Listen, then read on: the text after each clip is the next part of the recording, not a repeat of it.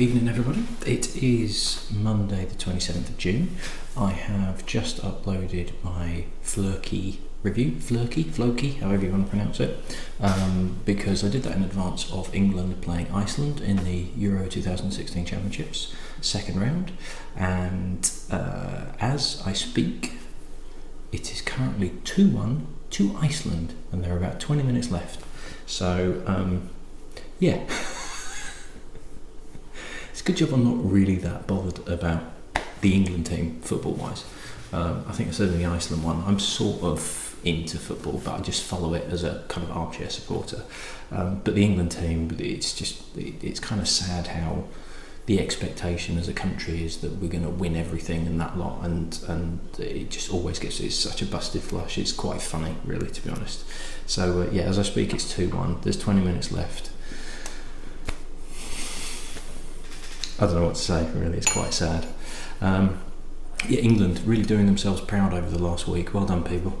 This one was the two I'm going to do tonight were both donated by James Hope, fantastic bloke, and he had an excellent selection of bourbons that he very kindly shared with me. So this particular one is Elmer T, which looks like this. You're looking in the States. Now, I found this on it's a chain of shops called Bevmo, and they were selling it for $35. So you're looking at about $30, $35, maybe as much as $40.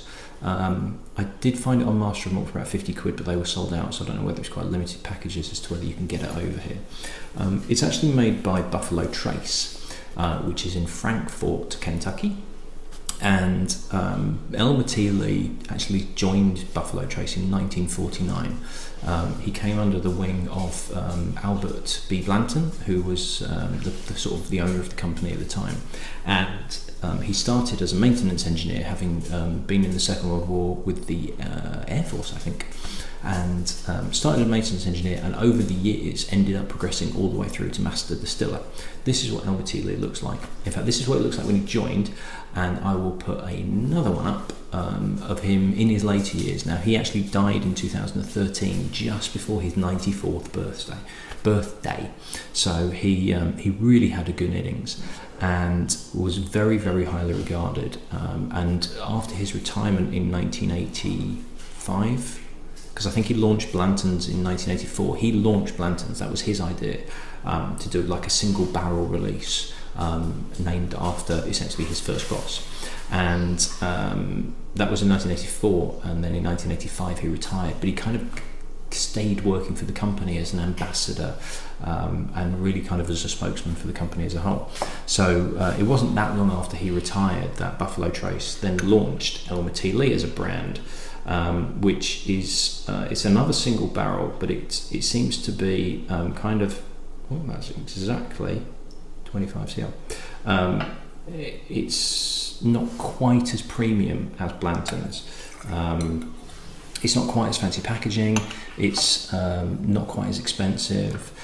You're looking at it. It's not got an age statement on it, but some of them do have because it's single barrel. They've got like the dates on them.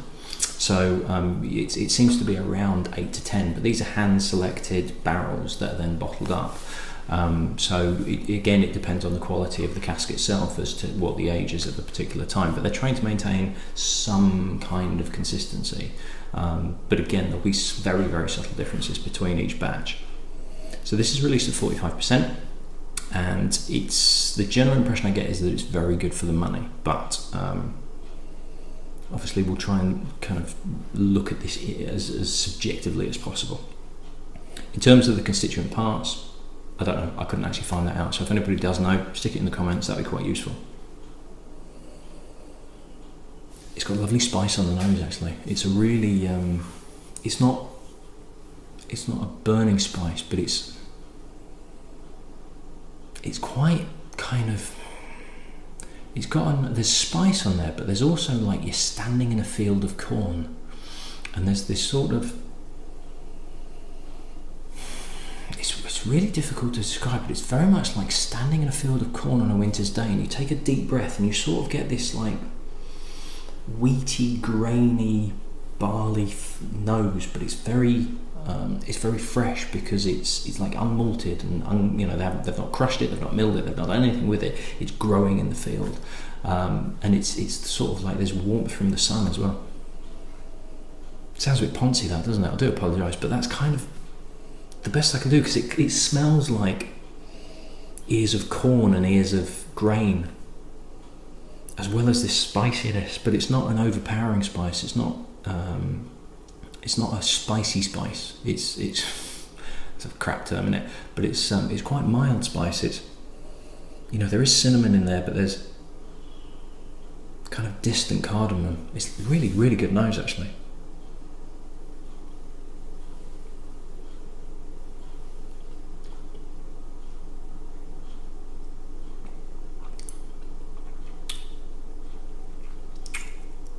All way up.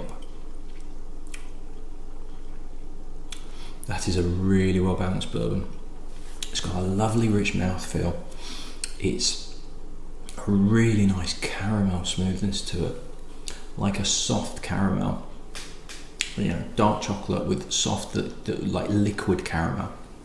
So there's this lovely mouthfeel to start with, slips down a treat, but then that cinnamony, it's a very, very gentle cardamom spice as well. But the cinnamony spice is there, it envelops everything, but it's not too overpowering.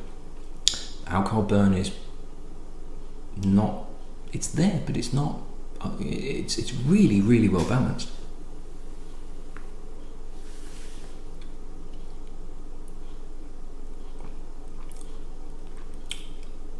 To be honest, if I had to fault it, and it would be a very, very picky faultiness, it would be nice to have that fruity caramelness just notched up a little bit more. It's a very, very good bourbon though. It's very good. It just, personal taste, would prefer just a bit more fruit, just lift it up a couple of degrees. But this is an absolute cracker. This is everything you'd be looking for in a bourbon in terms of spice. There's dark fruit in there. There's a lovely toffee caramel feel to it. It's really well balanced. Everything supports each other really well. Everybody gets a turn to be able to come up and say hello. It's not got a lot of oomph, but this is more of an easy drinking bourbon. This is one to enjoy of an evening without wanting to do any work with it, without wanting to kind of give it some time and explore it. But it's not so easy drinking that you can sort of neck it. It's too easy to drink and you don't really notice it while you're drinking it. This is really, really well balanced.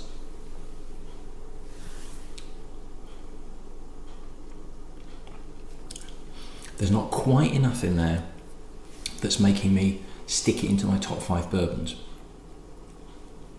but it's not far off. It is a very, very good bourbon, and to be perfectly honest, if I found that for $30, I would think that's a ruddy bargain. That really is. For a single barrel from Buffalo Trace, considering how much some of their others can be, I think that's really, really well priced.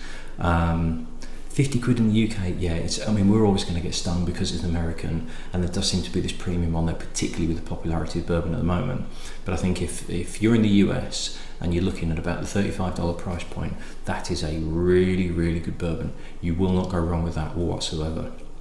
Like I say, it's lacking something very, very slightly, but we're talking like minute amounts here. We're really kind of picking at the threads, just for the sake of having to find a fault in it.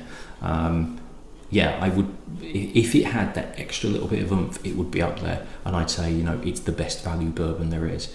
It's a very, very good value bourbon. But it'd be interesting to see what others at a similar price point are like that. But it's fantastic. I think it's a really, really good bourbon, and it's got everything in there that I would want from bourbon whiskey. This would be a really good, if you were doing a tasting of you're doing a tasting of 8 whiskies, and you've got to have one from each country and then region of Scotland, and you want like the but the representation. So this is what a Scotch, this is what an Islay tastes like, this is what an Irish tastes like. If you wanted, this is what a bourbon tastes like, this would be up there for the one to do. It's got all those characteristics, and it's got the right balance, and it's not too spicy, but it's not too lackluster or too sweet. It's just bang in the middle of what you'd want from all those bourbon flavours. Really, really good, really good. And for $35, I think that's a bloody bargain, really is. Right, I'm going to do a quick rinse out, and then I shall see you at the next one. Cheers.